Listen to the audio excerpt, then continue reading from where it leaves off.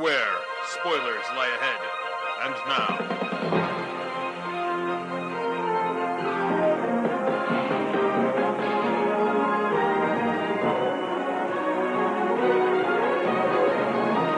Tonight's podcast is brought to you by Retro Rocket Entertainment. If you want podcasts that are out of this world, we've got podcasts that are indeed out of this world. And Jimetsuko. Don't know what the word means, but it's high-quality pop art. Visit Jimetsuko.com. Jimetzco.com. Diane, 2:15 p.m. I've just checked into the Great Northern Hotel in Twin Peaks. I've got to find out what kind of incredible trees they've got up here. I'll be meeting the sheriff at the morgue to examine the girl's body. There's a good chance the person who committed these crimes is...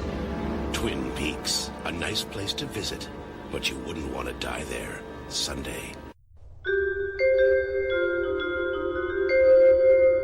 Twin Peaks is a show from 1990, developed by Mark Frost and David Lynch, that saw FBI Special Agent Dale Cooper investigate the death of local homecoming queen Laura Palmer from the town of Twin Peaks. The series featured a bevy of quirky characters, Sheriff Truman, Pete Martell, deputies Andy and Hawk, and the Log Lady, to name a few. Both endearing and sometimes off-putting, with stories that ran congruent or tangential with the overall mystery. Who killed Laura Palmer? This mystery was quickly wrapped up at the behest of a meddlesome studio. Laura's own father, though possessed by the embodiment of the evil that men do, named Bob, murdered her, but had little to no memory of doing so, and had gone, inexplicably, from black hair to white in the aftermath of his daughter's death. And soon, he too would die, in throes of remorse and anguish of what he had done, nay, what Bob had done through him. Yes, there are demons in this story, and so another mystery needed to be introduced. Wyndham Earle, an imposing and strange, if not shoehorned character, was introduced as the main nemesis of Season 2. Earle and Cooper were once partners, whose partnership took a turn for the worst, which saw Earle murder his own wife, and shoot Dale, and go on the lam in search of an entry point into the fabled Black Lodge. This lodge is where darkness and evil and horrors reside, with strange demons that feed on pain and sorrow. The second season's mystery plot was a traditional cat-and-mouse chess game between Dale Cooper and Wyndham Earle, and the congruent tangential stories often had little to do with said mystery, and by the end of Season 2 we are left with a cliffhanger of Dale Cooper trapped in the Black Lodge, while Bob possesses his body in the real world. The follow-up to the series is the film Fire Walk With Me that served as both a prequel and a minor sequel to the series, though never getting close to wrapping things up for the audience that so desperately wanted a clean ending that Season 2 refused. The film explored Laura Palmer's last week alive and what interactions she had before her demise. This film featured more FBI agents that were also featured in the series, but some new as well, whose moments seemed to confound audiences more by adding more questions than answers. Who is Philip Jeffries? Who is Judy? What happened to the FBI Special Agent Chester Desmond during his investigation of the death of Teresa Banks? More Black Lodge moments are explored, and still we have more questions. Questions that, in true Lynch fashion, would be answered if only slightly 25 years later in the third series, Twin Peaks: The Return. And so that leads us to Season 3. I'm Andrew. Everybody should know me from Video Night, and maybe What Did We Just Watch, and Got Me a Movie, and Vincent Price's Laugh. And here with me is also from What Did We Just Watch, John Bjorling. How's it going, everybody? And also we have Elby from Vincent Price's Laugh and Got Me a Movie, and she's also a Fancy Pants writer over at Cinepunks. Hi. Hello. Hey there. All right, Jim Carrey, right? What? Truman Show. Oh. Now, Season 3 came and went, right? It did indeed happen, yeah. First, though, I want to know this, and maybe somebody can throw the question back at me after you guys answer. But, Elby, first. Mm-hmm. When you first experienced Twin Peaks, why, when, how, and what? Well, okay, I was a child in... What year was it? 87? 89. 89. Oh, sorry. Okay, so... The very first episode came out, it was a pilot episode, and it came out in 89. But the show was 1990. Okay. Well, when did Twin Peaks reach peak pop culture? I was a child then. I was 9 years old, and of course Twin Peaks is not for a 9-year-old, but my parents did not care about me staying up late and watching Saturday Night Live. Oh. So my first Twin Peaks experience is watching the skit where Kyle MacLachlan hosted Saturday Night Live, and they made fun of Twin Peaks. Diane slept great last night.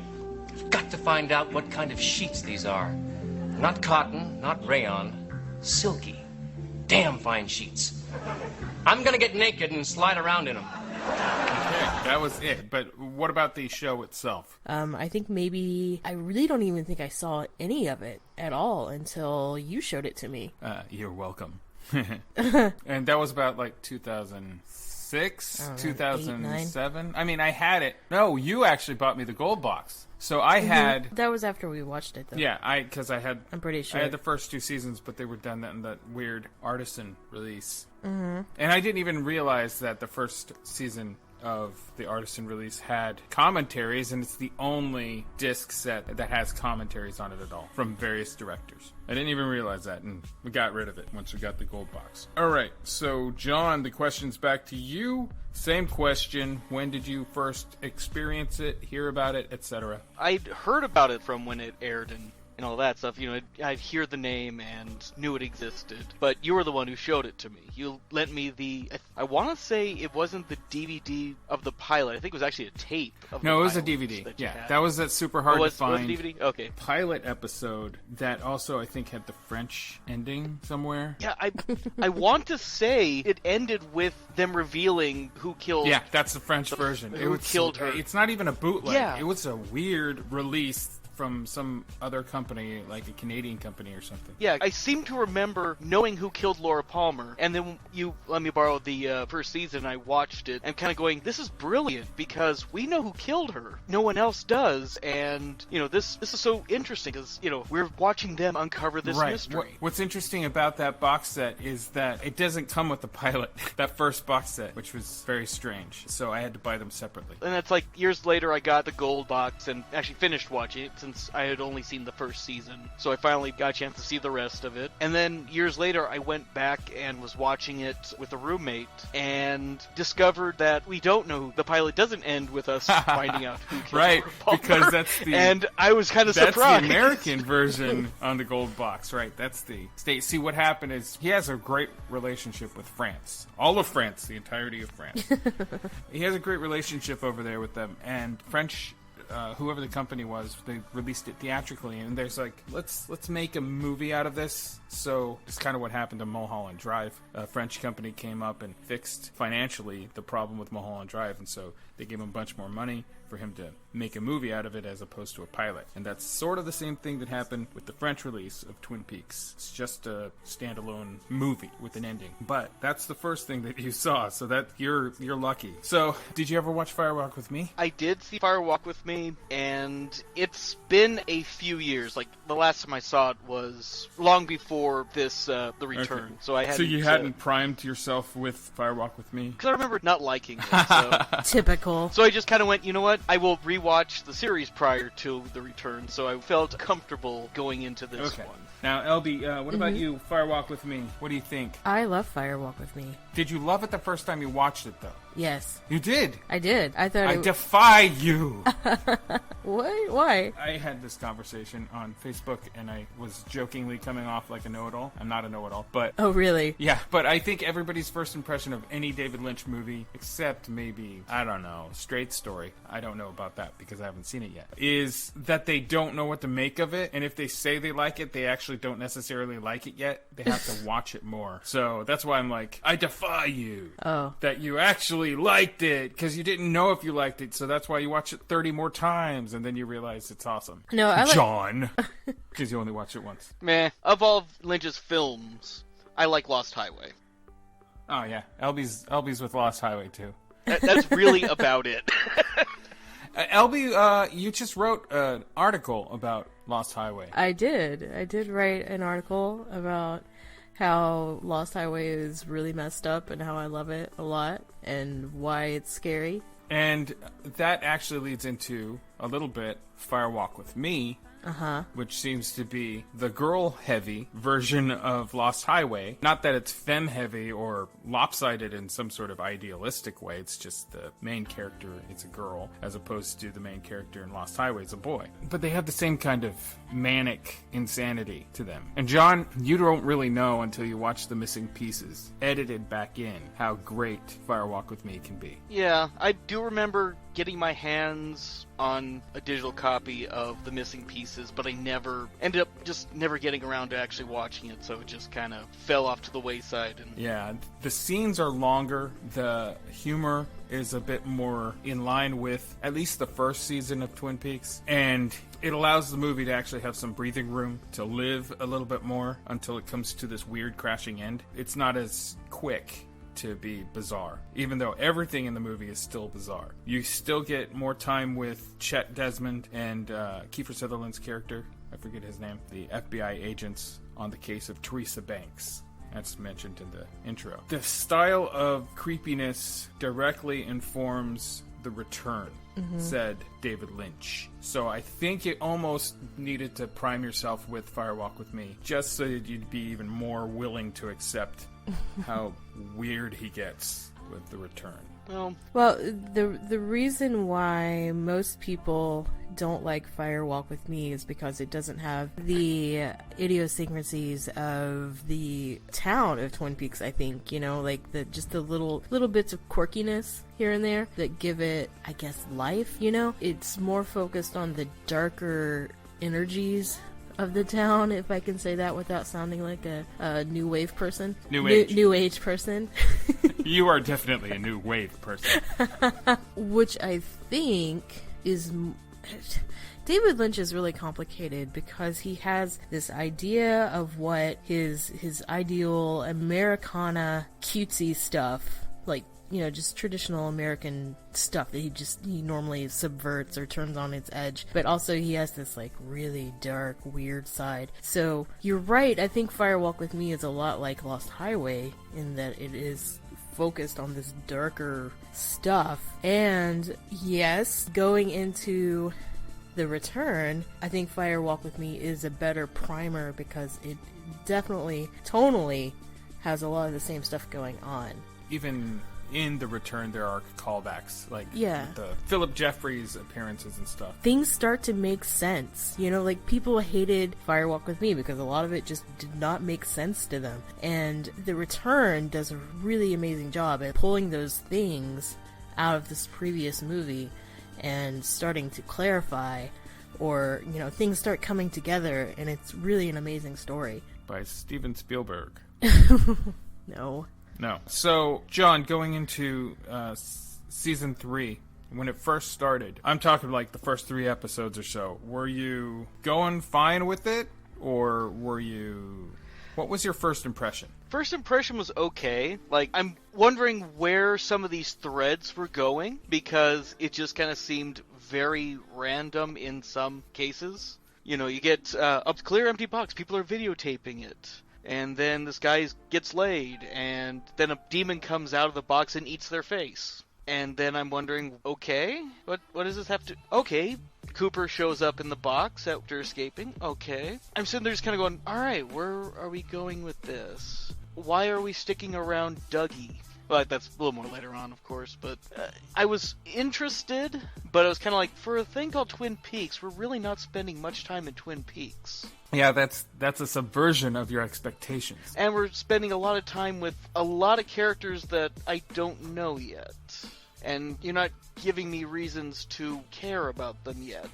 Whereas we've spent, 25 years wondering what has happened with all these people. Where are they in their lives? Right. Why has no one really seemed to care what happened to Dale Cooper? Except as it unfolds, they do care, and they have had their ear to the ground, so to speak. What I like about the beginning of this season was how it started with nobody, like you said, nobody's in Twin Peaks. It had Dale Cooper in the Black Lodge or the Red Room, waiting room, whatever it is. Yeah. And then the decapitated body, Major Briggs, and the head of the woman, who was amateur paranormal investigating, unfolds later, and Matthew Lillard's involved, and we have no idea who any of these people are. And then we have Max Perlich show up, who is a bit actor in Hollywood in a lot of movies. He does tons of movies, but he's always got like these really small parts. He's a little short guy. And I'm thinking, hey, I know that guy. He's probably going to be of consequence. Except he's not. And that's his only scene, and he just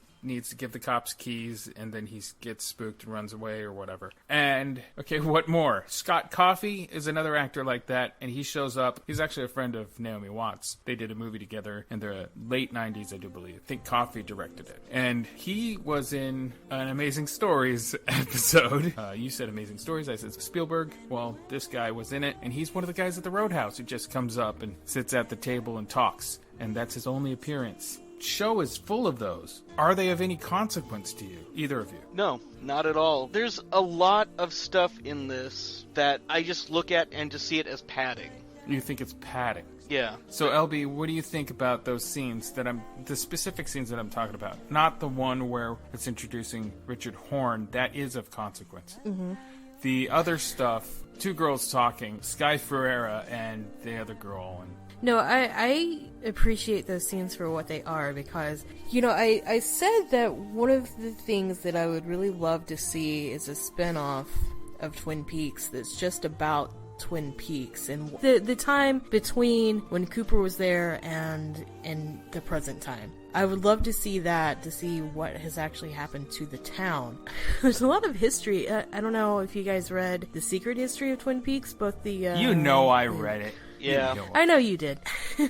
But there's a lot of history that goes on during that time, and what I find really interesting is stuff like when Ben Horne sold the land at Ghostwood to the private prison people, and like how that in particular had an effect on the town itself and the economy and crime and everything there. And the building of the prison. Yeah, because I feel like there's a lot of negative impact, I think, that happened like in the economics of the town from that, of people losing their jobs because the logging mill closed. And how the evolution of drug sales in this town, went from cocaine to probably like crack and opioids, opioids and designer drugs and stuff like that. And you can tell that, like, I mean, I'm not trying to rag on these girls who were at the Roadhouse, but they look like meth heads, right? Yeah, well, the Sky Ferreira scene was particularly off-putting in her appearance. Yeah, so I am really, really interested in these people and just these flashes, these 4 and 5 minute scenes of them just talking for a second at the Roadhouse before the band plays. That was really interesting to me, and I do want to see more of it. So, I mean, there's that, but as far as the story itself of Cooper and of Audrey and of, the people that we know and that we care about, yeah, absolutely, there's no consequence to it. So, but the overall picture, I'm really all for it. Okay, yeah, so if I may, you're saying no consequence to the overarching story, and I'm going to say except for, the introduction of Richard and the stuff that has to do with, just even barely, has to do with James Hurley. Yeah. I would disagree, because Richard does not do anything in this story. Look at his arc. It's, I'm a bad person. I'm a horrible person. I'm a terrible, terrible person. I'm threatening and killing and doing all these things, and then I die. Sure. He serves a purpose, though. He serves a purpose for... No. Yeah, he serves a purpose for Booper, as I call bad Dale Cooper. Booper. He serves a purpose for him, and it also shows just exactly how evil Booper is, and that's his son, and he doesn't give a crap if he just electrocutes into nothingness. Yeah, he serves a purpose. No. He doesn't even even have an arc. We know Booper is a horrible person. We've seen him do horrible things prior to it. We just now have additional scenes of this really, really unlikable, horrible character, and then even at the end, when he's disintegrated, I felt nothing. Not even that, oh good, evil is punished sort of thing. It just kind of, alright. They killed him. Wow. By the way, I refuse to say Booper. You just said it! First and only. You can let the boys have their fun. Booper, booper, booper. There needs to be like a really bad character, and yeah, I mean, he might be a static character. There might not be too much depth going on with him. There's no arc. There is no arc. You're right. There isn't. Yeah, there's no arc. But as far as purpose, I mean, it has to do with the other characters, like you were saying. Like, this is to show more about the evil Dale Cooper, or even when Harry Dean sees the child who gets run over by Richard. That's a really touching moment. So we see more about Harry Dean's character. So it's like Richard doesn't really have a purpose for himself, but he does for others. Yeah, okay, yeah. In the wake of Richard's chaos, how he affects other people is more important than his plight or story or whatever. Because he really doesn't have... As John, you're right. He doesn't really have one. He's a monster that just keeps going until he stops or is stopped. Right. But to go back... to go back to the Twin Peaks townsfolk of no consequence. The only consequence that they are is to actually show, at least in this little microcosm of the Roadhouse, who the townspeople now are. Mm-hmm. And if the story was to branch out even farther, these are the characters that we would probably follow. And that's the thing is, LB has a much better Twin Peaks Season 3, where we're invested in the town. We were already invested in the town and these characters, and finding out where they are and this thing, all the drugs, the closure of the sawmill and everything. That is an interesting story. And then you have all these characters that exist in this thing, and now their storylines matter because they actually have some sort of consequence on the town that we care about, and we're actually being given time to be invested in. Whereas Twin Peaks The Return, really the story is FBI trying to figure out what happened to Cooper. Mm-hmm. And that's the story of Season 3, but we're given all this extended time with characters that don't have any consequence to the overall story. They just kind of are filling time. It's sad because I want to spend more time with the characters I like. Like, there's a amazingly touching scene, that Bobby, Shelley, Becky diner scene. Yeah. Mm-hmm. That's an amazing scene. I think Becky's story is pointless, but I love that sequence because that shows this kind of broken family, and I want to know more about that, not what is Becky actually doing right now, because in the sense I'm spending a few minutes here and there per episode watching characters I don't care about yet. Well, Becky's giving me the time Becky's to care. character, if anything, her character, one, is kind of a pale version of Laura. Sort of. Not really. But in that she's a beautiful young woman from this town, she probably had a lot going for her, except she couldn't get out from under the bad thing, which here it happens to be her husband, who is awful. But that story is actually purposeful, if only for that scene at the diner with Bobby and Shelley. Yeah. I think he knew that he had another monster on his hands to get rid of him by the time the end of the show happens, because I don't know if anybody really wants to spend time with her husband anymore. So kill him off by the end of the show. By his own hand. Yeah, even. But again, it's another character who dies, but it doesn't impact in a meaningful way because we don't know this character. All we know is this character. It simply ties it up so that he doesn't have to revisit if there's another but season. Then why do it? It's like, why bother doing it if there's no point? Just so that people don't go, well, whatever happened to this a-hole character from the last season? He's not in this season. Oh. We killed him off. I'm talking even having the entire character arc. Oh, the reason why is you have... you could simply cut that character out. It wouldn't have as much impact. You can deal with just Becky. Yeah, but Becky needs to have that... you need to see her almost get beaten. You need to see her making bad decisions in order for that meaningful moment to happen between she and her parents. Only to be truncated by the weird love interest of the magician drug dealer with Shelley. It'd be so much better if we spent more time with these characters and their stories, because, I will say it's the thing that I loved the most in this thing was an actual resolution to an actual storyline from the previous show. Is it Big Ed and Norma? Yeah, that made me feel so good. Because there was finally a resolution for it. It felt right. It felt right with the characters. And I'm like, thank you. I needed to know how this was going to end. Yeah. LB, what do you think about the Big Ed and Norma thread? Well, I don't really have too much profound to say about that. I mean, it's obviously very nice and satisfying, and it's great that they got together. I mean, they obviously have had the world against them, it seems, for forever. And then finally... they get together, and I mean, there's really nothing else you can say other than it's just so full of joy, and it's tear-inducing, really. Like, it's just like tears of joy for Norma and Ed. Right. It was, as far as moments of satisfaction, is probably the most satisfying moment in the show, especially since we watched them for those 2 seasons. Mm-hmm. And then the movie doesn't even touch on them. And then they're back, and they're still waxing and waning, coming towards each other, and then not being able to come towards each other. Yeah. And then, finally, that hand from off camera touching his shoulder. Right. What I was going to say earlier is I completely understand and agree that it's frustrating and sometimes to have to watch these characters that maybe you don't necessarily care about, or like you don't really know them that well, to care about them. And it's frustrating because there's a lot of guesswork. Like, Lynch is forcing you to guess what these people's roles are, or what these stories will end up being, and how it fits together. So it's kind of like, oh, you know, maybe you get mad at David because maybe he's playing a trick on you or something. 'Cause, everybody always thinks that David Lynch is playing a trick on them. I think so many fans... It's not even that. I think so many fans think that David Lynch is just super great and he does all that. I'm the guy that constantly pushes, yeah, but he's pulling a fast one on us. That's what I said to the 2 affluent couples when they saw Mulholland Drive and the credits rolled. Mm-hmm. I laughed out loud. They all turned and scowled at me, and I said, it's a joke. It's a big joke. They were like, what?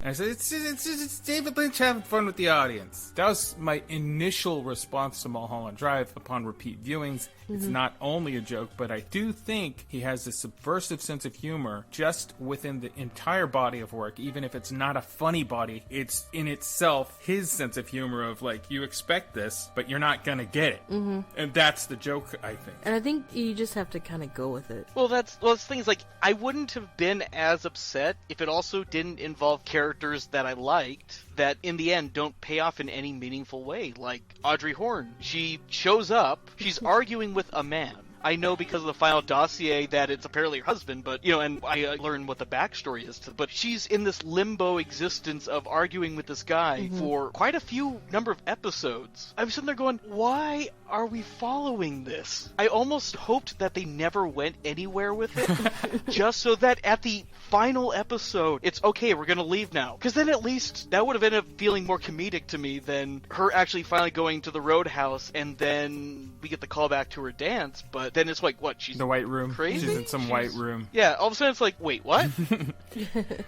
Did anything happen? So why, the 3... Why am... Her appearance... Why are they... Her appearances... Why was money spent on this? Leading up to that reveal after the dance, we were all, because it was weekly, right? Mm-hmm. We were each week saying, I think she's in an asylum somewhere. I think that this guy that's sitting across from her, this might be just like a dream sequence or a fantasy sequence that she's having, or he might be her therapist. It's like a doctor or something. Yeah. But it's her husband, and it still might be a fantasy sequence of her and her husband that she's having, her husband of convenience even. But the resolution of that storyline so far, it's still left us wanting. We still want to know what the white room is. I kind of, like, mirror. It seems so absurd that I kind of don't care what the resolution is. Well, I mean, not don't care as in, like, oh, I don't, you know, dismissing it or whatever, but like it could be anything and I would be happy. Those scenes are so strange because it seems like that they are separate from the rest of the show in form, I guess. It seems like we're watching a stage play as they're talking to each other. Like, it's completely different tone. And it's weird. Yeah, and the problem is, and I understand it with Lynch, that weirdness is de rigueur. You know, that we're going to get weird. But it felt like a lot of this was just weirdness for weirdness' sake, and not to actually have some sort of value. It's just, oh look, I'm going to put a girl next to this crazy shouty woman, and she's going to puke, and no one's ever really going to address it. All right. This is good because hey, you just brought up something that I want to talk about. The theme of sickness in The Return, or in David Lynch's work in general, he has a theme of sickness now. YouTube has, I forget the guy's name, but you can look it up on YouTube. There's a bunch of essays, and we watched one that the guy touches on a bunch of themes about The Return, about nostalgia. nostalgia and about sickness, really. And about how, really, and I agree with this, Twin Peaks is an infected town.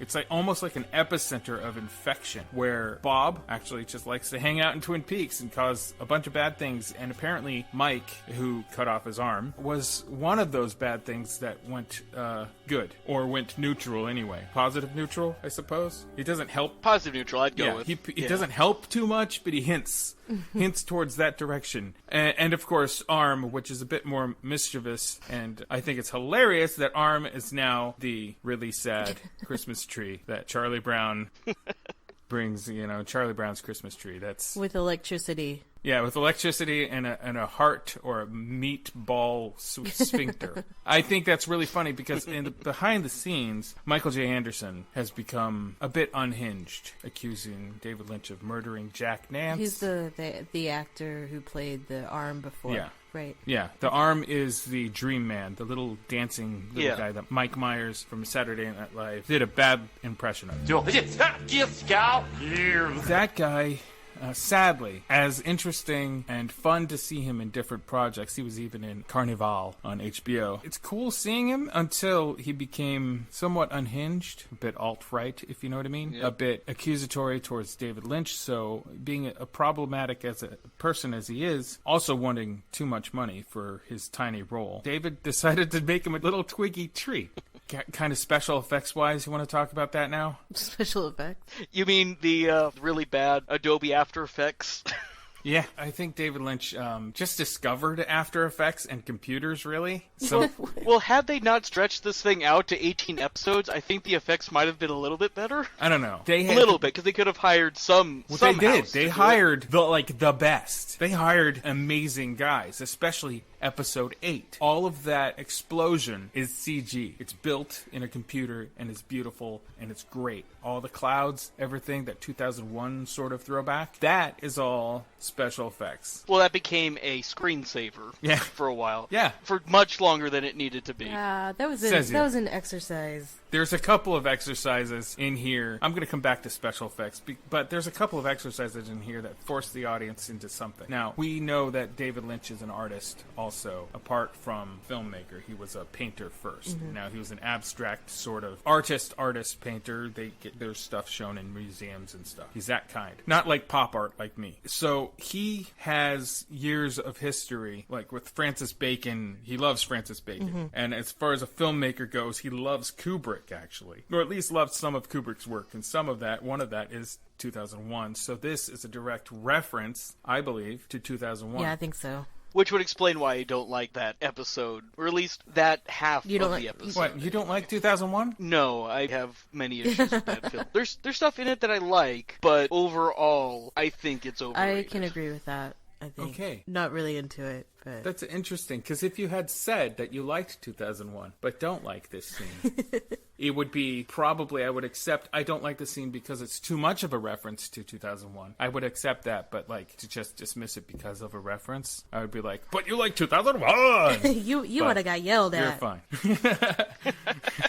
I think, as far as the exercise goes, let's go to the sweeping scene. Sweeping. Yeah. So the sweeping scene. Sweeping scene. My understanding of the sweeping scene, and I read this also in an article, is that it's an exercise in meditation. Now, not just meditation, but in narrative meditation. So first off, it's just this mundane thing that all of us have done. We've all swept a floor sometime. So we know what it's like. And we're like, what is this? This is annoying. Our initial thing is like, why are we hanging on this for more than 30 seconds? And then we notice he missed a spot. So there's part of the narrative, is that he missed a spot. And then you're like, well, is he going to go back and get that spot? So you start noticing all these things, and it becomes meditative about him and that little storyline of, is he or isn't he going to sweep that place appropriately? And then it's cut off rudely by a telephone call. We're invested in this man sweeping, and then bring, we're jolted out of it. And for a moment, we want to go back to the sweeping. Mm-hmm. And it's against logic, really. Like, we don't, why should we really sit and watch? Because it's meditative. And that's... I think you're reading too much into David Lynch falling asleep at the Avid. No, David Lynch is about transcendental meditation. That's his other thing. He's an artist, and he hawks transcendental meditation. So he's really big into trying to get you to meditate. And he's done that in this particular series more than anything I've ever seen him do. Nah, I like my theory better. It would explain so much as to why there never seemed to be an actual editor in this show. There's so much that could have been cut down. Now, I agree that it could be edited a bit more succinctly. I am actually waiting for fan edits to pop up of certain episodes or something to... In all honesty, I have a feeling that if you cut out everything that is extraneous, Like, probably get... Well, let's see, let Wally, for instance... I was gonna say, like Wally Brando. Yeah, a lot of the subplots, they go nowhere. Wait, Wally Brando. Talk about him. No. No? Because David Lynch hates us and wanted to torture us. When I was rewatching this, I was tempted to time how long that monologue was, but I started to and got pissed off and stopped and just fast forwarded it. I had to listen to it once. That was one time too many. Well, Elby, do you have anything to say about Wally Brando? Well, I have a few things to say about Wally Brando. The first one is some weird theory about how he is actually Waldo the bird or something that doesn't make sense to me, but there's that. The other things, okay, that is so cringe-worthy. That scene is so bad, but so many people love it for some reason. I guess they just think it's hilarious, or... They think Michael Cera is indie hot, or indie cool, or indie whatever. Yeah, maybe 8 years ago, but, like... I could not stand that scene the first time we watched it. I could not stand it at all. Like, what was even weirder about it is Andy and Lucy's reactions. Like, their faces are just so freaking weird in that. But the second time we watched it, for some reason, it wasn't so bad to me. Yeah, it really wasn't as painful. I didn't hate it. It really wasn't. I mean, I still don't like it. Right. I still don't, like... think it's cool, but what you said, and I'm probably going to take your words out of your mouth here, Andrew, is it, well, you know what, I'll lead you into this, okay? How about that? Okay. It serves the purpose of showing us how much Sheriff Truman, Robert Forster, can handle and tolerate with other human beings. Which, actually, later on, more characters come in and frustrate the hell out of him, and the man has such resolve. And this is our first glimpse into the resolve that Sheriff Truman has. Sheriff Truman has to deal with Deputy Andy to begin with, and we know how insufferable Andy can be. I think we can infer that he has infinite patience without having to deal with Wally. Well, I don't know. You know, I think Andy is only like that if Lucy's around. He's not entirely correct, though, because his first season, when they find Laura Palmer, he breaks down crying, and he's reprimanded by the original Sheriff Truman, saying, well, Andy, I not again, you know. Okay, fine, but that just shows that he has emotion. Like, he's not like an idiot bumbling fool until Lucy's around. That's your theory, and I think it's a sound theory, but I think he's also kind of a simpleton as well. Well, maybe.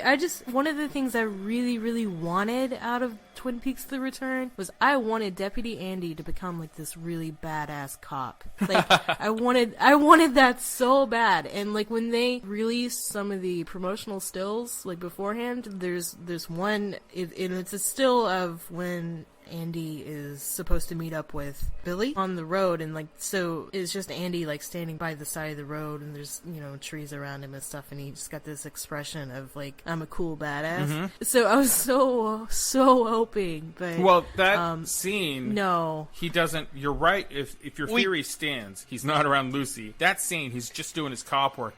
We do get him being kind of a badass at the end, right? Where when they find the woman in the forest, and he's completely competent, and you know, it's like, oh, okay, you know, he goes and meets with the people in the other world, and then all of a sudden he's now kind of calm and competent, right? He has this clarity, which leads up. Yeah, what we were saying is, beside the road, waiting for the guy, leads into this other moment where he has that hero moment. It's just not like he's punching people or nothing, or shooting people. And there's also a sweet moment between him and Lucy that I really like, where they're looking at the chairs and kind of having that not so much a fight. Do you like that scene, though, really? Honestly, I do. It's the sort of stuff that I liked in the original show, is sometimes I just go into the mundaneness of these people's lives, and I wish we had more of that, but around characters that I have an invested interest in, because, if it was someone else, I probably wouldn't have been as enthused, but I liked the interplay between them. Yeah. That scene's very realistic with a marriage and how people who are, have been in a relationship for quite some time, how they operate towards each other. The strange, manipulation, because I think Lucy really manipulated Andy there, but, she, ends up going with what he wanted, right? Yeah. I think it's because he showed that he was willing to compromise and go with what she wanted. So she's, so satisfied with that she goes ahead and switches. That she buckles to what he wants, but it's because he is willing to compromise first. Yeah, but she seems sly about it, though. Her expression, right? Which is weird, because when we started this run of it, she kind of came off as dumber than she... Especially with the cell phones. Bubble-headed in the original one. Especially with the cell phones. Yes, the cell phone thing. All of a sudden, I'm going, oh god, they made her really stupid. Now, the deal is, I think earlier on, I don't know how they shot this. I have the season now on Blu-ray, and I haven't watched the behind the scenes or anything yet. But at those earlier scenes where she comes off the most stupid, I don't think they were used to playing those characters yet. Again, Andy too. Andy has some really good expressions, especially when Chad comes in. Chad, the bad cop, comes in and is being a jerk to everybody. And Andy's expressions to that are hilarious, and they work perfectly.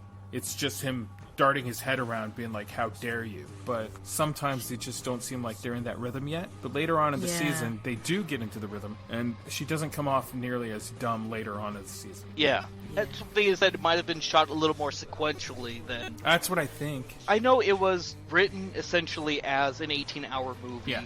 It was shot more or less that way. Right. So, the useless characters that you were talking about, you were saying Wally Brando's useless. You're saying all of the... Bringing back Audrey Horne, there's no point in bringing her back, because you're not doing anything with her. Even, really, for the most part, the extended Benjamin and Jerry stuff. Benjamin and Jerry don't really offer much other than one hilarious moment with Jerry, and... are you talking about his foot? I am not your foot. Yes, I'm talking about his foot. Which even, I was watching it with Heather, my girlfriend, and she wasn't into it. But when that happened, she couldn't stop laughing. We were just cracking up over it, had to stop watching it, and just enjoy the fact that it was just the most randomest and hilarious thing ever. Now, Jerry is witness to Booper and Richard's disintegration, but he thinks that he caused it with his stupid binoculars and looking through them the wrong way. Yeah. But is he... I sit there and go, is he really? Because A, he doesn't see anything, and B, he's stoned out of his mind. Right, so he's all trying to interpret everything through a drug-addled brain. So my problem with that is more of the special effects, where David Lynch is just like, it's through the little hole, and this is what it looks like. And I'm like, David, just pick up some binoculars. Flip them around, look through the wrong side. You know that's not what it looks like. There's no David. Because I know he's a tactile person, that he uses his hands on all of his sculptures and everything. I know that he touches stuff, so just put them in his hand. But he has this mental image of things as well, and he wants to translate the mental image. And there's so much in this show that I don't think works visually like that, like all of the After Effects things. Hey, I just got this new program. This is fantastic. This is exactly like what I want. I need to make it look like a pachinko ball. You know? The essence of him is a pachinko ball. The Sarah Palmer thing where she takes off her face. Oh, I have no problems with any of that weirdness. None whatsoever. I'm just sitting there going, wait. Well, I'm just going, it looks so bad. No. It looks too off-putting and weird and like a collage in real time. But I have no problem with that. I have a problem with Diane, the Tulpa Diane, the false Diane. Oh, yeah. Wigging out. He's like, I want it to look like, what is that, a GIF? It's on the internet. I wanted to make it look like a GIF. I need her to flitter and flutter around until she breaks and turns into a pachinko ball. So, yeah, at his beck and call, he has these great graphic houses, at least a few of them, who can do animations and interesting stuff, and he goes for the stuff that looks the most false to me. As a person who works with illustration and stuff and visual things like that, I have opinions about things like this, and they're professionally based, and they're based on experience, and they're based on actual knowledge of doing. So it's not armchair crap. It's not like I'm like, oh, I could do better. I could do it. I just don't want to. I could do better, but I don't want to. No, Well, if you're talking about something that you have a personal beef with, like that, if I can be pedantic for a moment, there's a moment where they're taking Dougie to the desert. They're driving on the Vegas Strip. Oh, okay.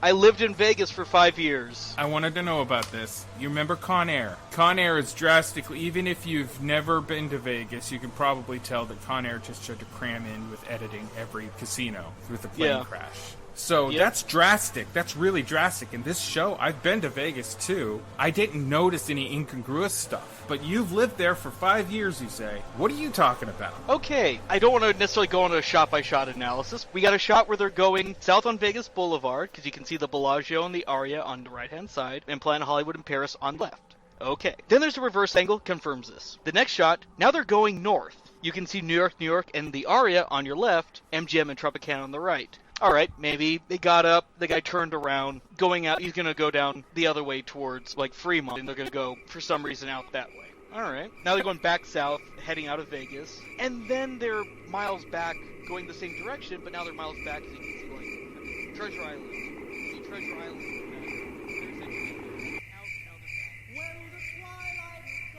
So, to us, the viewer, who are ignorant and unawares, it looks like they're just kind of going in a straight line with a couple of curves just to get out to the desert. Well, no, because if you actually look outside the window, you see them pass by the exact same casino on two different sides of the street. Yeah, but we're not paying attention to that. We're paying attention to the actors. Yeah. So all of that is just movement in the background to us. Well, no, just to give us the illusion that they're moving. Well, it's all the stuff that's outside the car. You're not even paying attention to any actors. It's literally the landmarks. No, what I'm saying is when I'm watching it, I'm not watching the landmarks. I'm watching the actors in the car. And if it's just a shot of them driving and the camera's outside looking at the car, it's not going to be on it for that long, which it wasn't. It was just that, like, Viva Las Vegas song. You know, I understand where you're coming from. There's this movie starring Tom Selleck and Jerry Reed and, and Barbara Mandrell. It's called Concrete Cowboys, and it takes place in Nashville. And I lived in Nashville for, a better part of a decade. And there are parts in this movie where they are literally miles apart. Like, they are at the Grand Ole Opry, and then they're like, okay, we're going to go down to the Parthenon. Yeah.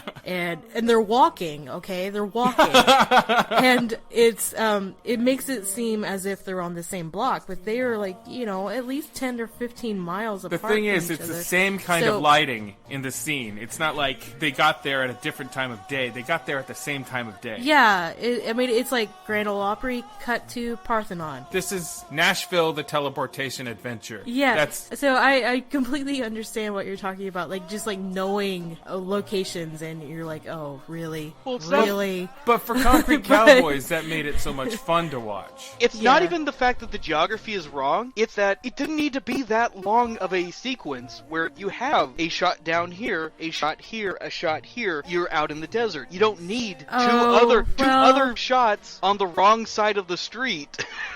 They were trying to drag out that awful version of Viva Las Vegas. They had the contract for that song, so they're like, no, we need more, basically B-roll for this song that's terrible and bad. So this is exactly the kind of stuff that John would cut, and I am not in disagreement with you. I would cut that too. But yes, I had to be pedantic for a moment.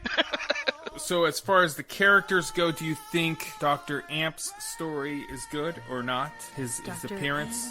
Dr. Jacoby. Jacoby.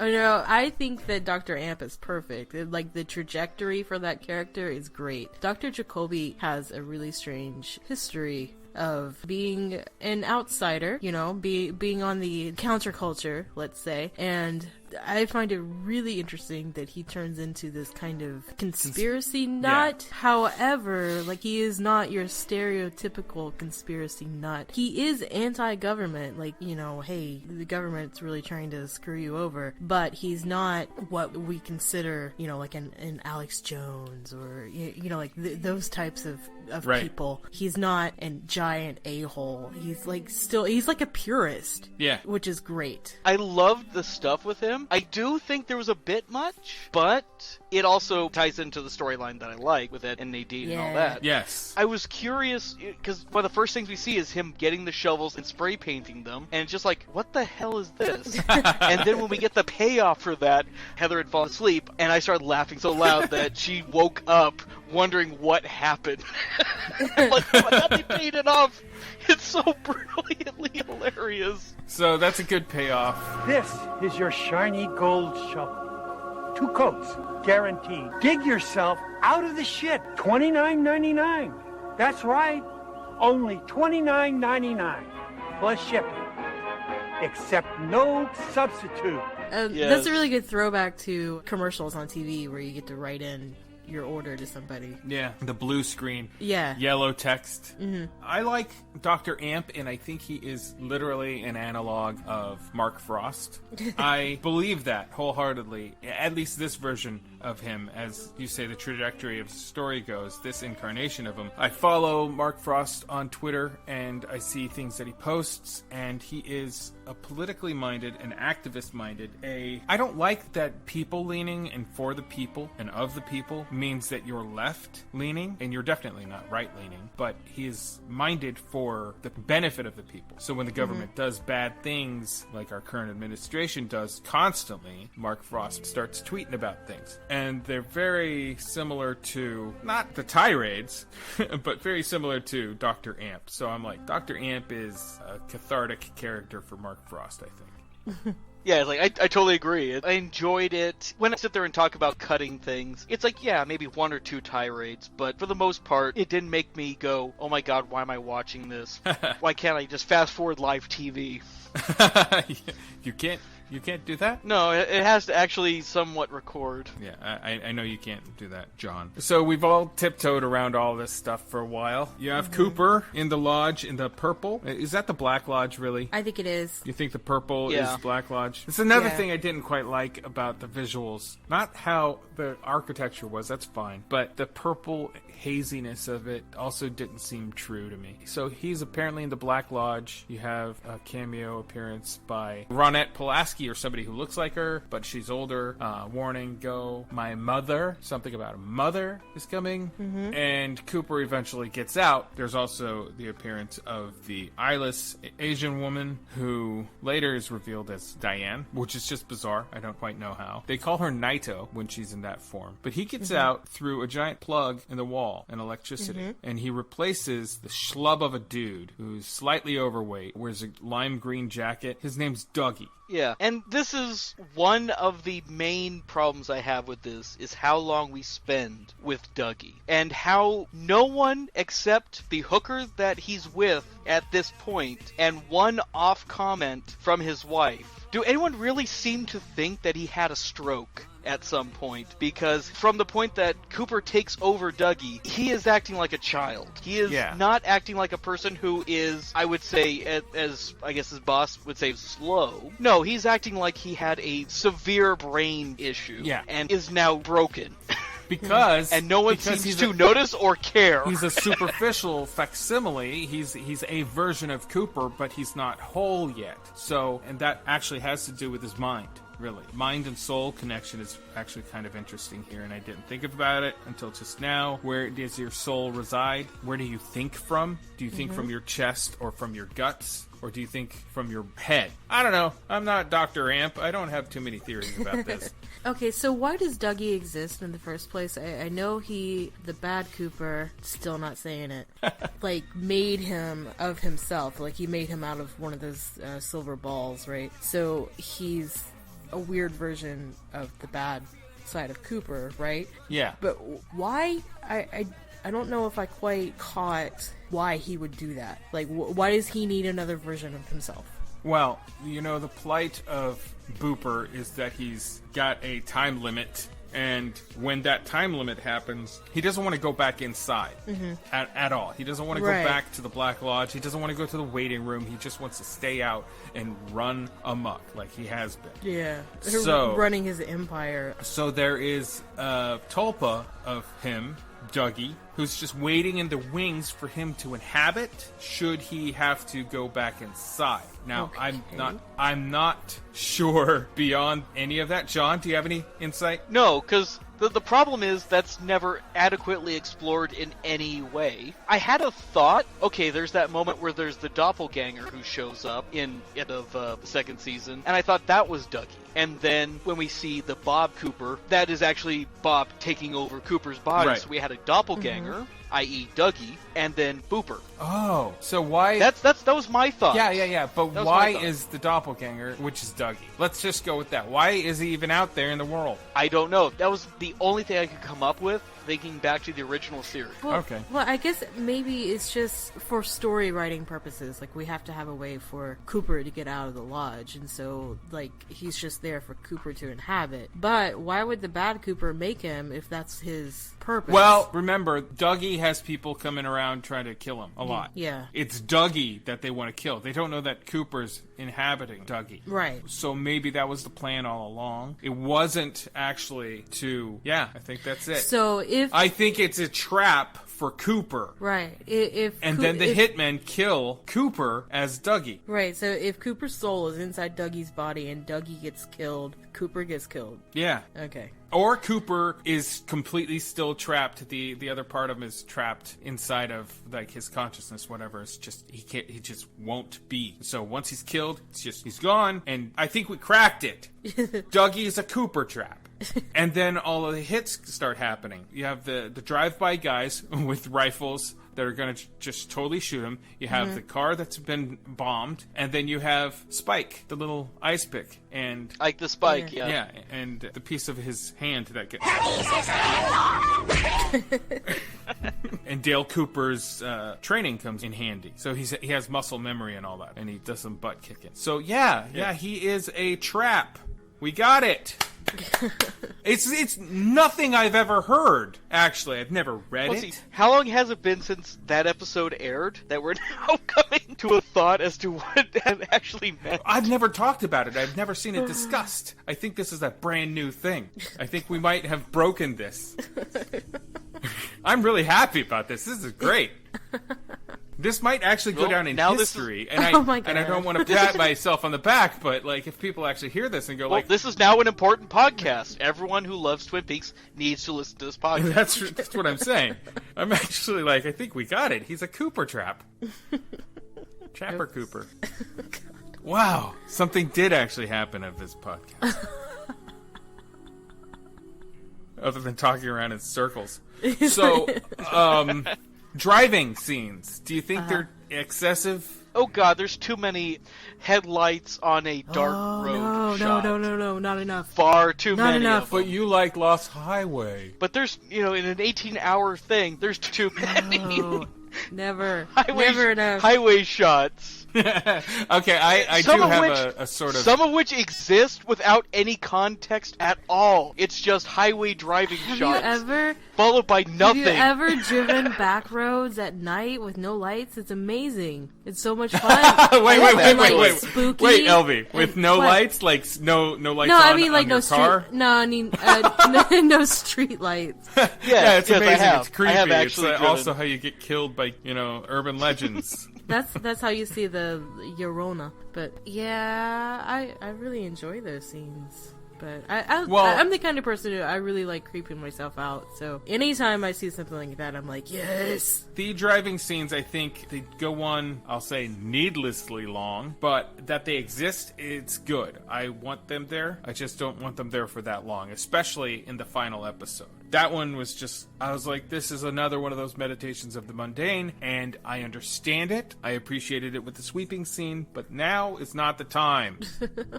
I have issues with the final episode, but we'll get into that later. Right. 30 hours from now.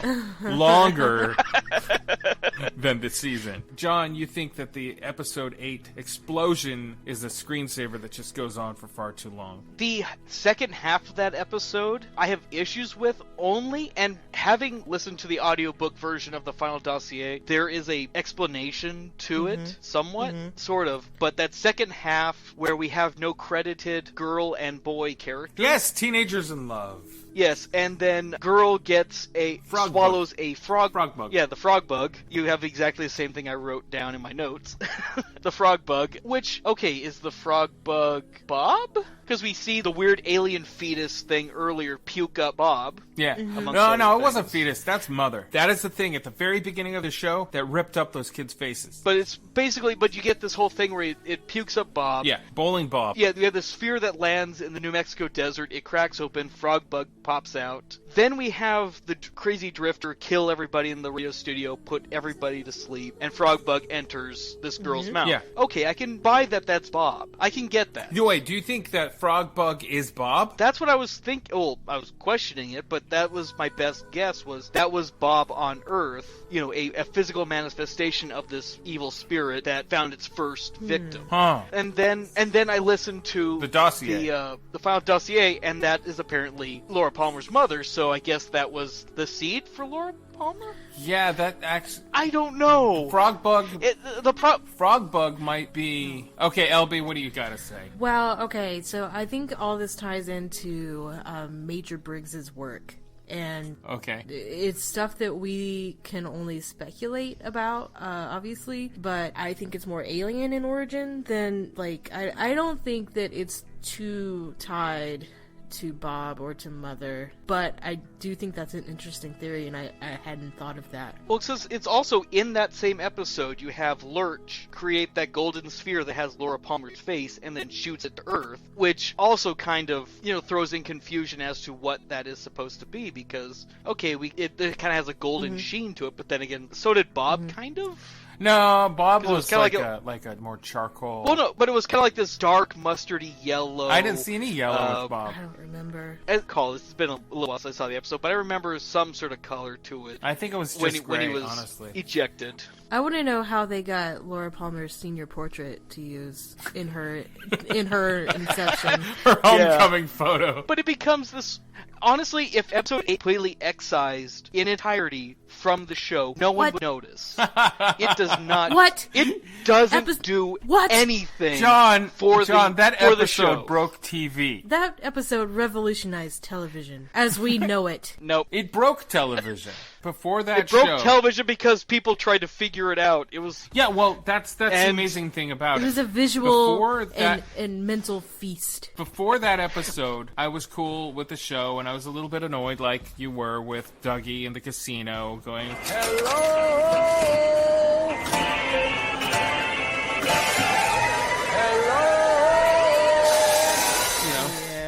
And how long that takes, I don't want to get into that, just takes too long. Episode 8 comes and just breaks all of TV. Breaks all of every way we watch TV. It breaks it like a car brakes right before it hits a brick wall. No. And then you fly out and listen. hit the brick wall. It breaks TV in the sense that I could not, and I'm still recovering from this. It sounds so dramatic.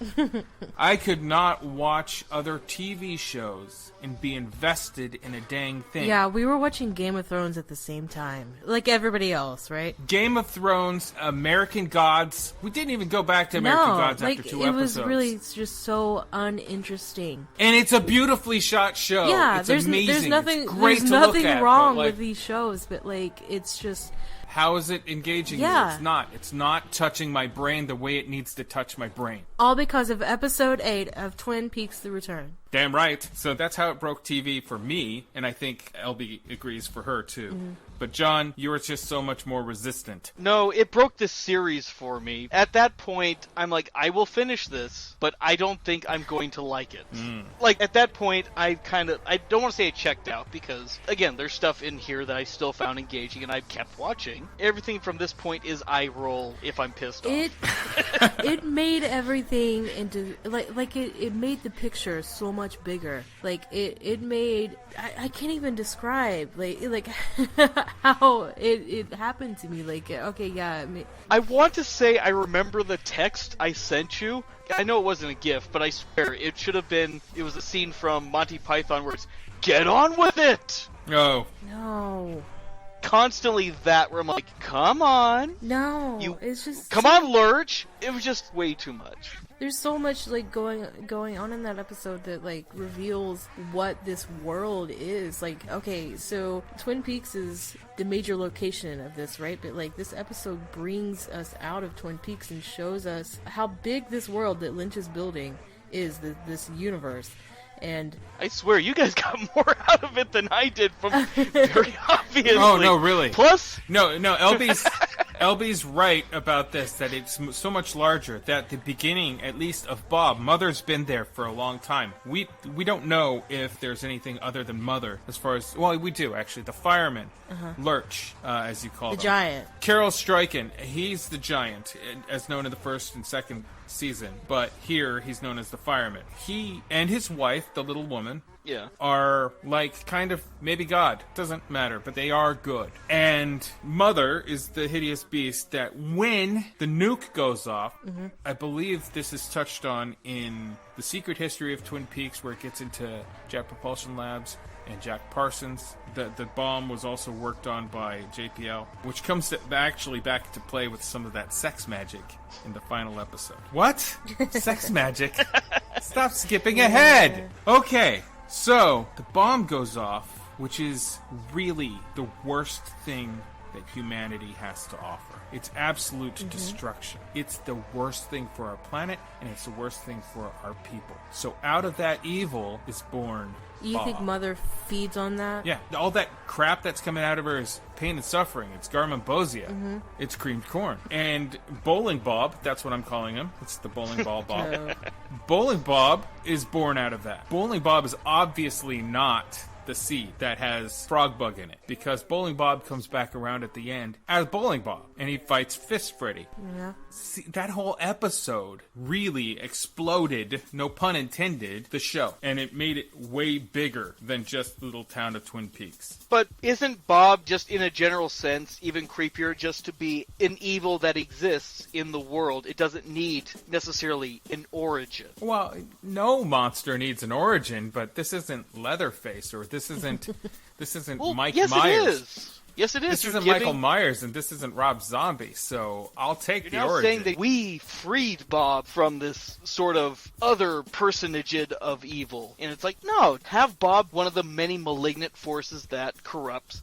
He's a devil. Oh, but he is. He is. He just happens to be, for this story, probably the most powerful one, apart from Mother. This story is bigger than Bob. Like, Bob isn't the focus anymore. It's about good and evil. Bob's just a part of it now. Like, it's not... Bob's a major player. He's a major player, but he is not the evil. Right. He is an evil. He's a major evil, but he's not the evil. Like, there are far scarier things out there than Bob, and I think that's what he's trying to say. The woodsmen. All of the woodsmen. There's hobos. Who the heck are they? This is the water, and this is the well. Drink full and ascend. The horse is the white of the eyes and dark within. But they, like, touch dudes' faces and crack them open crap, you know? These things apparently exist prior to Bob's being, my problem is it doesn't, how to explain it? Again, I keep going back to an origin story for this character, and it's unnecessary. We don't need to know any of this, because, yes, you can always say there's a worser evil out there, but, there's always something worse. That's Mother. Yeah. But is there something beyond Mother? But we don't... Are we ever going to touch on this? Honestly, do not want another season of this. Oh, I do. I don't want to know more about the evils of this. I was kind of content with the fact that there is evil in this world, and there's a direct, Bob is one of these things, but there's a realm of these sorts of things that can inhabit us and make us do horrible things. And completely, if you want to go just like the God and Devil sort of things, these are the demons that reside in a physical world. And that is scary enough. We don't need Mother to make us go, oh yeah, there's always something worse. See, this thing puked up Bob. But now that we have them, deal with it. And how are you dealing with it? Are you kicking against it and saying, I refuse it? By pretending it doesn't exist, because You are kicking against it and refusing it. Yes. See, I can't refuse it because it's an actual thing. I can't refuse the lame crap that's in Season 2. It's part of Twin Peaks. As much as I like Ted Raimi, his stoner bro, metalhead bro in Season 2, was stupid as all hell. The James Hurley romance storyline, which is so humorously pointed out in one of the books, they dismiss it outright in the book saying how lame it was. That storyline was needless, just to kill some time. Well, that's part of also how I feel about the original Twin Peaks is it's almost a parody of soap opera. Oh, no, it totally is. It's initially a parody of soap opera, and it's an actual horror show, and it's a police procedural. But John, the show wasn't intended to have any kind of thing wrapped up. Oh, no, I know that they were not supposed to ever reveal Laura Palmer's killer, and that was studio interference. Mm-hmm. I remember when Showtime was going to condense it to, I think it was 9 episodes. I agree with Showtime. The content in here is 9 episodes long. No. I'm interested in seeing a shorter version of this. I don't think quote-unquote studio intervention is the worst thing. Although, yes, I do kind of wish in the original series that the Laura Palmer thing was never resolved. But then again, I went into it knowing who killed her. So, right. Yeah, so if I went in not knowing that, I would kind of be pissed off. You might feel differently. Yes. So, you have characters pop up that are useful. You have characters that show up, like Matthew Lillard. He's accused of murdering a woman whose only her head's found, but he has no idea what's going on. There's a little bit of family drama there, but Booper shows up and ends up murdering his wife, which is odd and interesting and still leads some questions, but we don't even need them answered. Booper I found very interesting because I loved his shark eyes, almost emotionless feeling towards everything. There was one thing I felt, I don't know if it's my favorite or second favorite scene, depending on how I feel about that Bobby, Shelley, Becky scene, that arm wrestling scene. I think it's out of character because everything prior to this, Booper does not mess around. He is not a playful character, and he's playing with this guy he's arm wrestling with. Yeah, he's being playful, and it's funny. Yeah, But you're right, it seems out of his character as we've been presented. It's amazing. It's a great scene. It doesn't seem out of character for Bob, because Bob always seems like he's laughing maniacally and screwing around in all of the scenes with Bob being a menace. So here, it seems like Bob and Cooper, he has some of Cooper's way. It's Cooper's influence over Bob inhabiting him, is that he's just like stoic. He also does look in the mirror and says, I'm good, you're here, when his face turns into Bob's face a little bit. It's like the only scene in the entire thing where that really happens. And as I feel it's out of character as he's being portrayed, but God, is it great. It hurt my arm when you moved it down here, but it really hurt when you had it down here. See? Doesn't that hurt your arm when I go like that? I think it's much worse when it's down here. Right. It's still a bit stoic, though, but he's obviously having fun. Yeah. Now, other characters that come in and that seem to only be useful tools, like Freddy Fist and the Mitchum brothers. Well, let's talk about the Mitchum brothers, Albie. Yay. What do you think? Surprisingly, I really loved them. Like, I said, not surprisingly, like, oh, wow, Elby loved them.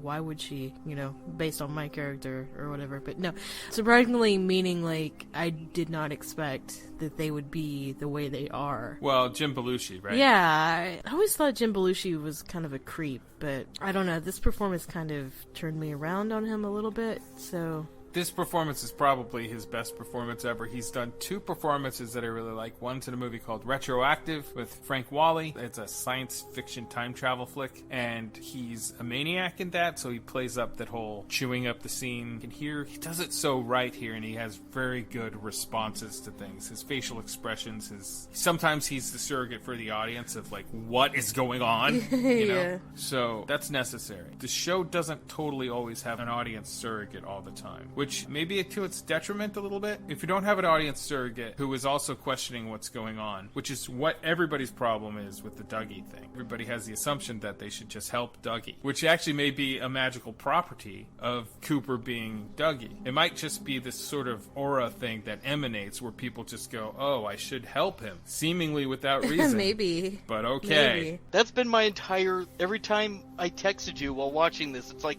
And Dougie was on screen like, someone needs to help Dougie. He's not right in the head. Why isn't anyone helping him? But they are, but they're just not helping medically. They're not addressing. They're just like pulling him and giving him coffee and... He gets taken to a doctor, but not anyone who gives him an MRI or anything. It's just, right. He gets a physical, and that's it. Yeah, I get what you're saying. Do you think the Dougie stuff's too long, LB? Oh, yes and no. At first, I was totally cool with it. I'm like, yeah, this is fine. I'm just going to run with this. I'm going to see where it goes, see where it takes me. And, you know, as the episodes go along, getting more and more, okay, where's this going? You know, at the time, people were really, really frustrated because they just wanted Cooper back, right? So every episode that didn't have some sort of hint that Cooper was coming back soon was, like, really annoying to everyone in the world, right? But I was trying to fight against that and just be like, really, yes, I'm just going to go with this flow and it's going to be fine. Eventually something will happen. And you're right, eventually something Yeah, did. but Yeah, I totally admit that it took a little too long. It really did. Like, there was a point where I was like, I don't know how much more I can just let this go, because Dougie's really annoying. It's really frustrating, the hand holding, and when he starts figuring out that whole sequence where he is finding out Tom Sizemore's character is committing fraud, and he's doing the drawing of the ladders and the stairs or whatever it is. Yeah. Like that was super frustrating to me because I wanted to know what his code was. Like, how did he reach that conclusion? At that point, I was like, why is Cooper not here already? Well, is it just me, or does that sex scene between Janie and Dougie kind of feel like sexual assault? Because Dougie is not really conscious of what's going on. It's just all of a sudden he's now having sex and he's happy. We see a smile on his face. But it kind of feels like she's taking advantage. I'm sorry to say it in this way, but it feels like she's taking advantage of a child. You know? Maybe, but she doesn't know that. Like, she doesn't. She doesn't really know that. I mean, yeah, okay, she knows something's wrong with him. Obviously. Well, let me ask you this, LB. If Andrew had a stroke and started acting like Dougie, would you notice? Because I'm sorry, but the hooker before thinks that he had a stroke, notices a change in him, and his wife never seems to. There's a problem there. Either A, those two are never around each other, and Dougie is spending far more time with that hooker than he is his wife, or B, she is completely oblivious to anything. Yeah, I think that's part of it, is that we don't really know what Dougie is really like. We know that he gambles. We know that he, cheats on his wife. We know he hires hookers. Like, we know all these, like, vices that he has. That he's not a good dude, and he's probably pretty dumb to get himself into these situations. But even though we don't know exactly what he is really, really like, or, like, how he interacts with people, because, we're not shown that. Like, the only glimpse we have of the real Dougie is, right after he's finished with the prostitute. Like we're with the real Dougie for maybe 5 minutes.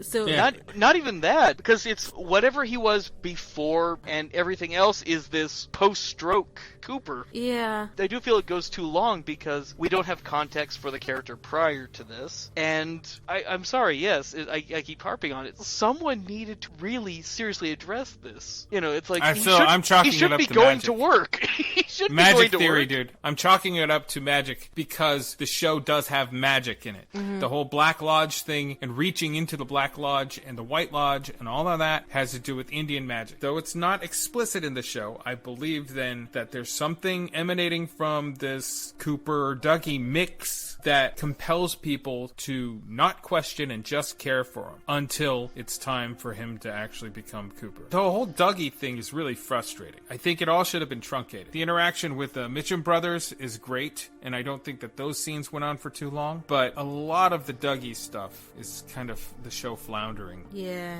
Padding time. Of all the awkward things that we've talked about where it's like a test of patience, the one that I think truly works is they take Dougie home and he's just sitting there and you got the limo driver. And this is my other problem where you talk about audience surrogates. Yeah. All these things that happen in what I would think of as the real world. I always kind of thought of Twin Peaks as being this kind of little microcosm of weirdness. And yet you would have, and maybe anyone who deals with like Blue Rose cases maybe are affected by this weirdness, so you have a little bit of quirkiness to them. But anyone who exists in the real world would be like a real human being. Yeah, the real kind of responses to things, yeah. And the limo driver was one of the few characters I felt actually dealing with how weird things are going in the most genuine way, because he's so awkwardly waiting for Dougie to go to his house. He's just like... Well, you got that with Matthew Lillard as well. Matthew Lillard is a realistic type character. This bad stuff happens to him that he has no idea how to handle, but he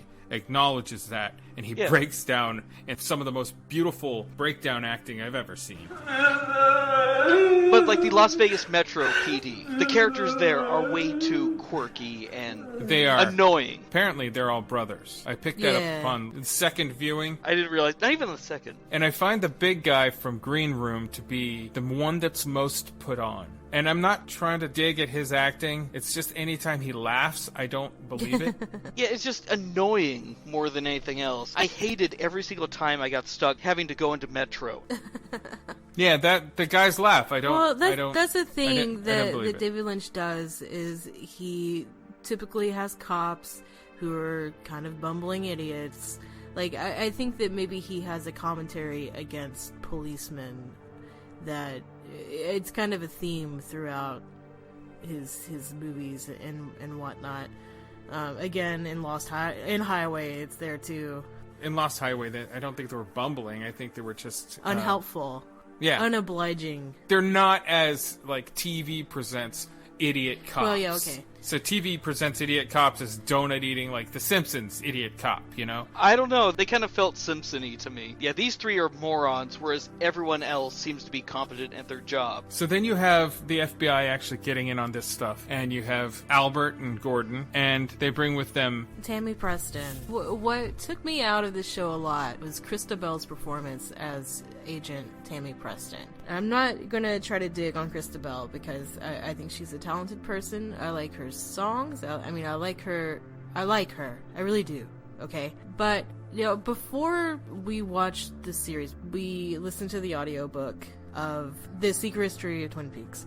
And it's important to note this is the audiobook, okay? Because the woman who was performing Tammy Preston's parts in this book, because it's going through another dossier. The archivist. Yeah, and her making notes about it and discovering things about Twin Peaks. Well, the woman who they had perform her parts, I think, did a really great job and did as expected. It's sort of a Scully way. Like, I don't want to compare too much, but... Oh, come on, you can't compare FBI's... I will 100% agree with that. X-Files. She definitely kind of comes off Scully-ish in that book. I don't know what happened to either Major Briggs or Agent Cooper at this point.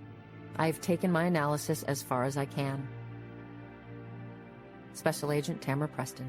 Hearing that performance to Christabel in The Return was a huge disappointment. And I think Christabel, I don't think she has the best acting chops. I don't really know.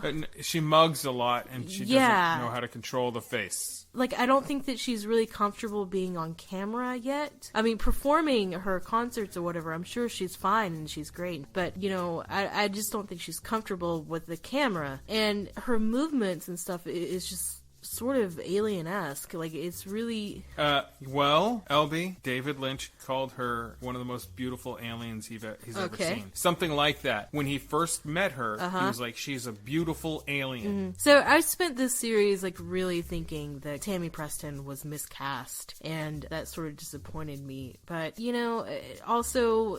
she plays it really, not like sexy on purpose, but she's a sexy lady, but her movements, she's like a gazelle, like, and she does that, you know, swinging the hips thing as she's walking and stuff, and I'm just like, I don't want to make assumptions about FBI agents or women in the FBI, but I think she's a little bit too sexy to be an FBI agent. You have to walk like a man, LB, to be an FBI agent. I mean, I guess. You have to be bow-legged, you have to walk like a cowboy, you have to walk, I don't know. You have to walk like Denise. Yeah, I don't know. It really bothered me a lot. And I tried to get used to it and just go with it. So my reaction might be different if I had not heard that audiobook. I think it would be different because you told me that you imagined her to be more like the Air Force liaison that's in the show than Christabel, the Air Force liaison who gets the information that it's Major Briggs' body from the coroner. By the way, the coroner is awesome. Oh yeah, Jane Addams. Is awesome. She's always awesome, and I'm really happy that she's in this show, and I'm really happy that she and Albert hit it off,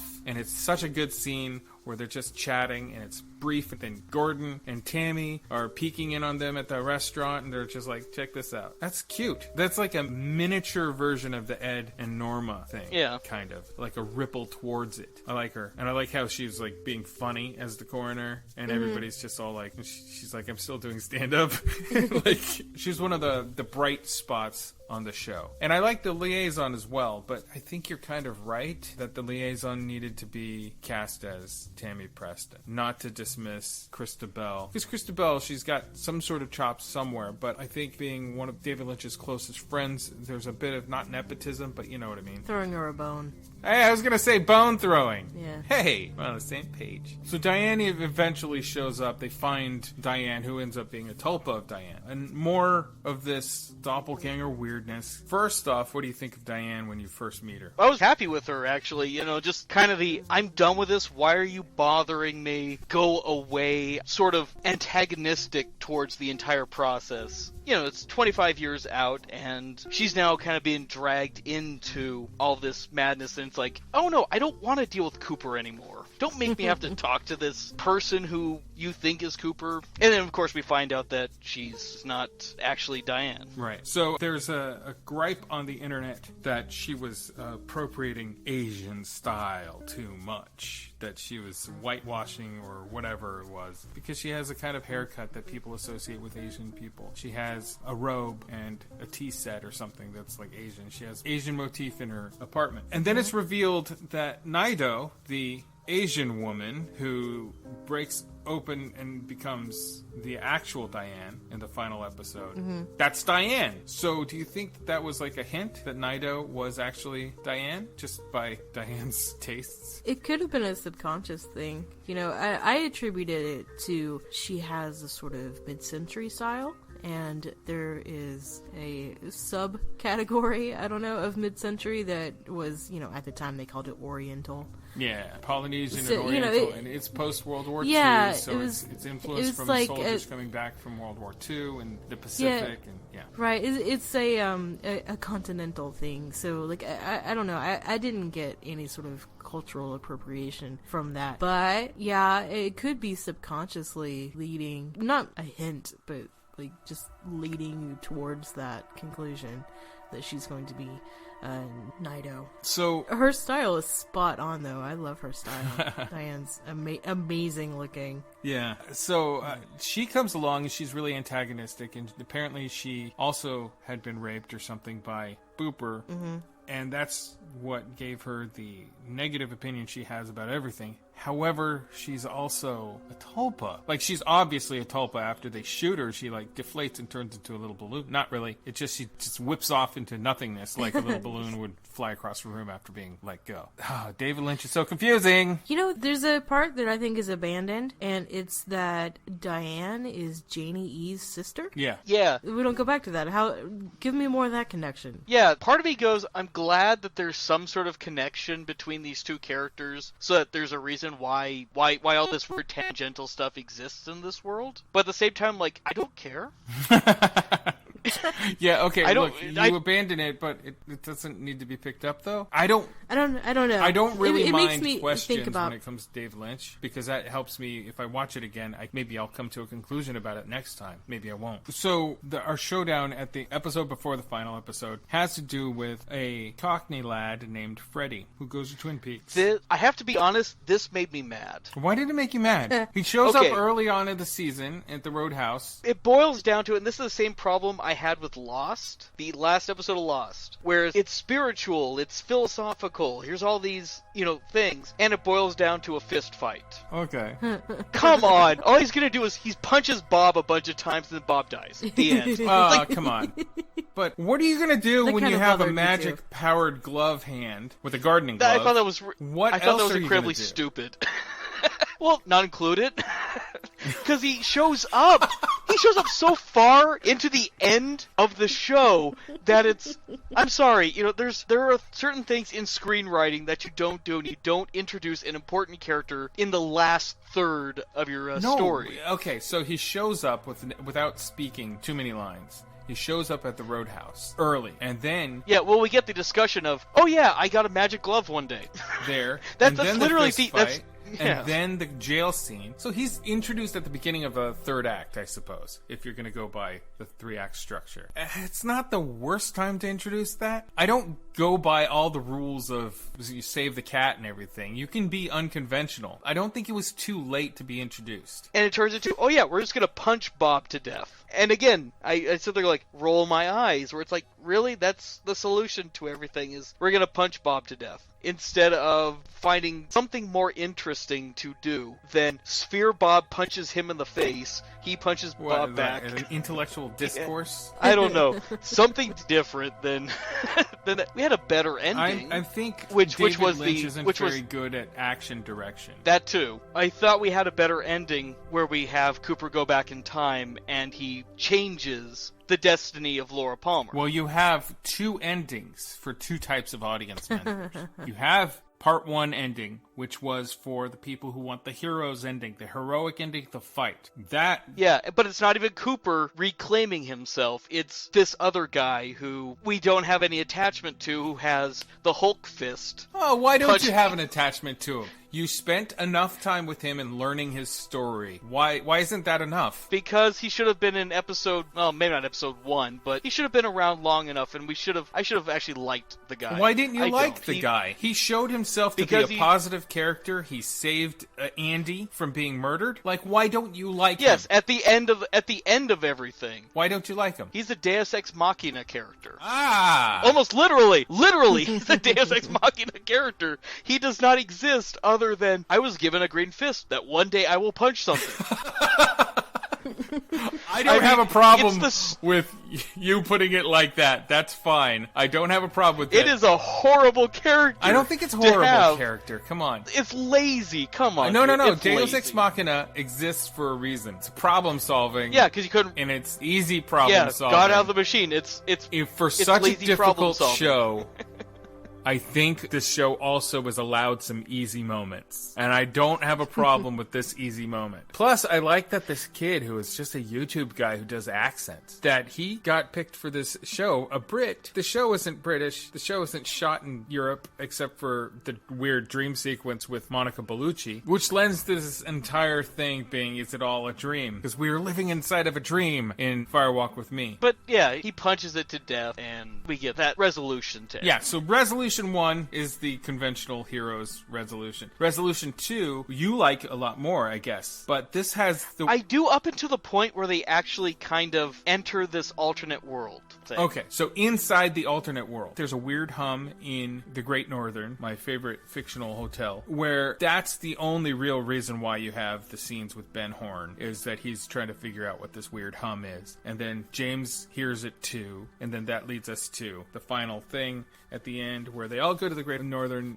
and hear this hum, and they go to that old whatever room, use the key, whatever. Only he and Diane go through. The real Diane, who just broke out of Naito's body, and she has bright red hair. Do you recall in The Secret History of Twin Peaks, the bit about Parsons and L. Ron Hubbard out in the desert of New Mexico, and a bright red hair woman and some sex magic? I do. Right. I've listened to it. I don't remember that. I remember the sex magic, but... Jack Parsons is a rocket scientist who was also into, like, Aleister Crowley type, maybe Satanism stuff. And it's all about magic. It's all about chaos magic and willful, like, whatever. Yeah, I don't know too much about it. But in the book, it's dropped there by Mark as a sort of a seed for what's to come in the show, in the final episode. When just before the identity switch, when they're in an first alternate world, they go through this one motel, and now what do? Well, we bone. Do they passionately make love, LB? I think it... Or is it mechanical? Maybe in between. Like, I wouldn't call it mechanical. Like, there's some emotion to it, but it mostly from, Diane's part is Cooper seems really not into anything.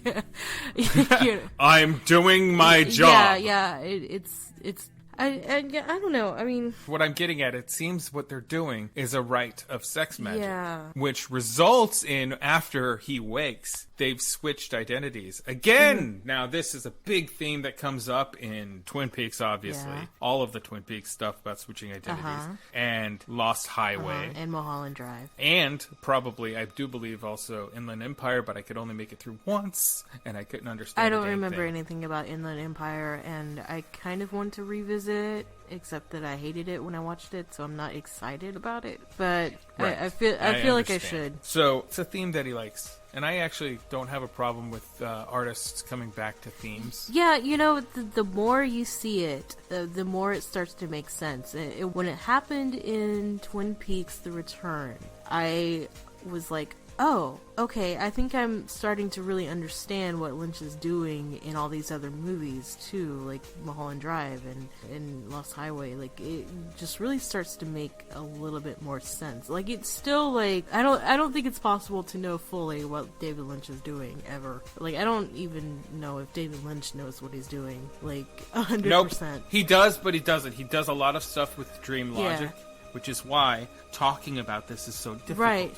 Hey, John. Yeah? Dream logic. That's your problem. Yeah, it's... Well, no, I don't want to say my problem's with dream logic, but I think my problem is we're presented a lot of stuff that I just feel is completely pointless. No, but that's dreams. I was trying to recount a dream that I had about saying some stupid pun to Elby, and it was, like, super difficult. And by the time that I actually got out what I needed to say, I realized, just recounting the dream this morning, that what was meaningful was not meaningful at all, and that it was just dumb, like, was needless and stupid, even in my dream. But in a movie that can work, in a 18-episode, 18-hour-long television program, it basically says F you to the audience at the end of it. Ah, that's the part of the joke! Yeah, but I don't want to be part of the joke. I want to be part of something that has some interesting substance to it, and then I go, oh my god, I want you to make more, not...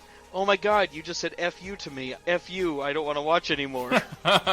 Nostalgia versus expectations, and the usurping of the expectations. You get some met, and then you get them taken away.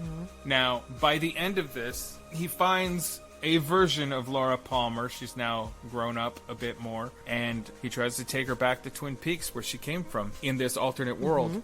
After having saved her in the original timeline. Well, and here's from being this murdered. Is my problem with it. It's not so much that he finds Laura Palmer, it's that this person doesn't know that she is Laura Palmer, even though she was apparently saved 18 years ago. She's now someone completely different. And it kind of becomes, no, wait, huh? No. And then, you end on a cliffhanger. I'll be honest, it could have been an open ending, but an ending. I'm done with Laura Palmer at this point.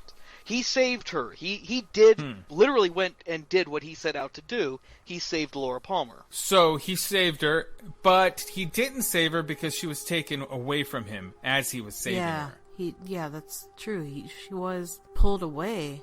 But she's not a child. She's not an infant who wouldn't know that she was born a person. You know, she was pretty much an whatever adult. The magic is. So let's just say Mother took 18-year-old Laura Palmer, 17-year-old Laura Palmer, away to wherever. So it's in Texas somewhere. And Odessa, Texas. And she's magically brainwashed. I don't know. I mean, it can happen. See, this becomes a reaching game. It's like, no, end it, but leave it open because we have the Blue Rose cases.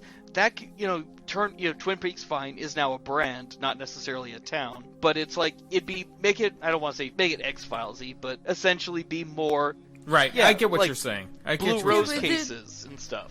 I think there's still part of Laura Palmer in her, though. Like, Well, definitely, it's obvious at the end of the show. The very end. Yeah, I mean, she's maybe trapped in this other woman. Okay, so it's reminiscent of Lost Highway, where, Fred, Bill Pullman's character, goes to jail, and then one night, for some reason, he turns into Pete, who's Balthazar Getty's character. And there's no explanation, but there are little clues that make you think maybe there's part of Fred stuck inside Pete, and it opens up all these questions of, like, what is this reality? Yeah, like, what is this reality? Like, what is the evil force in this reality? And, in Lost Highway, it's Robert Blake as the mystery man, but, and in Twin Peaks, it's Mother, but, like, I think there's still part of Laura that needs to be saved. Like, she's just put into this other woman who, happens to look exactly like her, but it's just a different version of Lost Highway and Mulholland Drive. I don't know. I mean, this story could go forever, honestly. And I'd be fine with it, but... Where you are correct is that there is a bit of Laura Palmer in this non-Laura Palmer, in that when they go to the house and they find that it's not Palmer residence anymore, or at all, ever, whatever, they're standing out there and he goes, wait, what year is this? And then you hear Sarah Palmer scream the name Laura from inside the house, and Laura, the non-Laura Laura, she screams bloody murder, cut to black. That's the end of the series. So I think... That implies what you're talking about. And I think where we can go from that is finding out more about what is that frog bug. If indeed that is Sarah Palmer, who was the little girl in episode 8. Now, the final dossier... Very much implies it implies it, but it's not saying for sure. But, we can assume that is Sarah Palmer. So, like, where we go from there is, like, even another huge thing that is waiting to be opened up about I don't know. I mean, I guess it's some sort of demon or something, it seems. I don't know, man. But I find it interesting still. It would just made me happy if that was the end of this tale. We should be allowed to move on from her story. So, I think consensus is that the show is weird and flawed. Dougie is a Cooper trap. I think that's what we have to contribute. Yep. I love the show. I've been with it since the very beginning, but I didn't complete it until 2001, I do believe, on AVI files. My friend Nick downloaded them, and we finally got to finish it, because I only missed the last 2 episodes because I got in a car accident back in '94, and I forgot to set my VCR because I had a concussion. But I've been with it since the very beginning. I've stuck around. The first time I watched Firewalk with Me, I didn't like it, but I did not like it. It just was a dark thing. And then I've revisited it time and time again, and I just really, really dig it. Especially the Missing Pieces version, which is a fan edit, but it's still brilliant, and it's super long, but awesome. This new season, it's better than the second season. Loads better. It is more compelling. It broke TV for me. I'm really happy that they didn't even mention Wyndham Earl.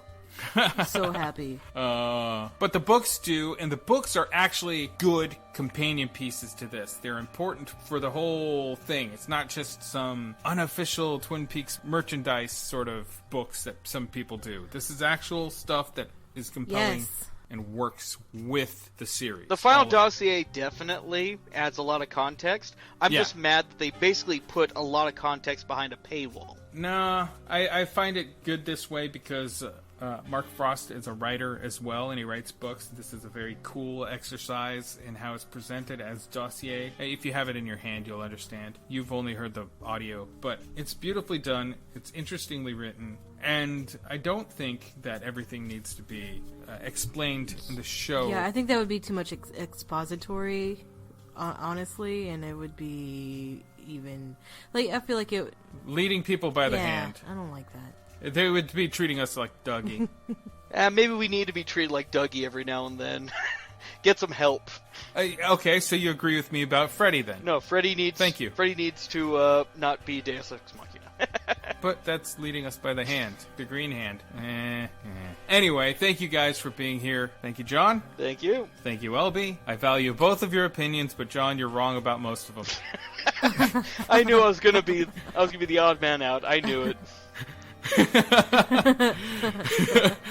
But they're valuable wrongs. Okay, thank you very much, everybody, for listening. On that note, I bid you all adieu. Say goodbye, folks. Good night, everybody. Goodbye. Bye-bye.